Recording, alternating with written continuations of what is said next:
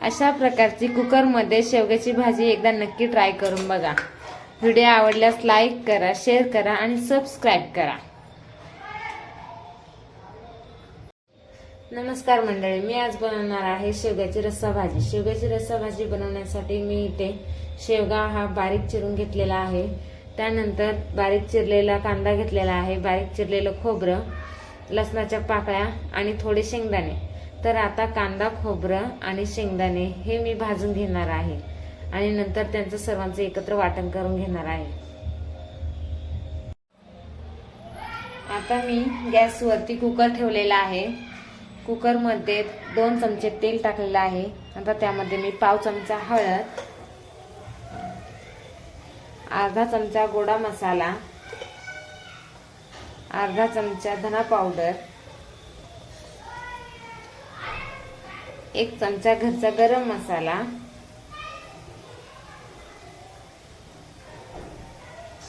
आणि पाव चमचा मटन मसाला हे सर्व मसाले चांगले परतून घेतलेले आहे। आता त्यामध्ये मी वाटण केलेला मसाला टाकते। त्यामध्ये मी कांदा, खोबरं, शेंगदाणे आणि लसूण वाटण करून घेतलेलं आहे।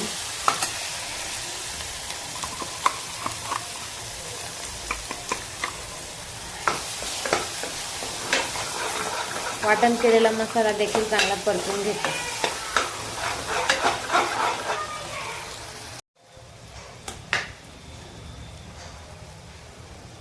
आता त्यामध्ये मी चवीप्रमाणे मीठ टाकते।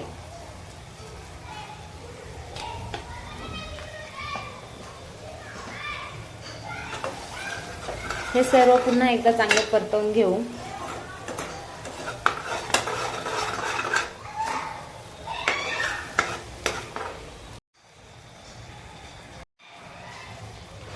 आता हे सर्व मसाले चांगले परतून झालेले आहेत। त्यामध्ये मी बारीक चिरलेल्या शेवग्याच्या शेंगा टाकून घेते।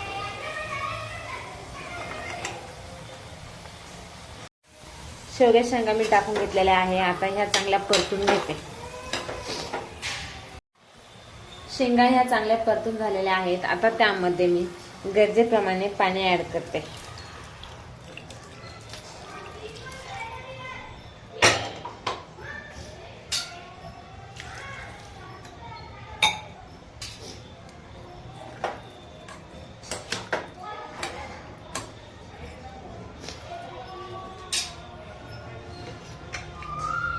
आता मी कुकरचे झाकण लावून त्याची 1 शिट्टी काढून घेते।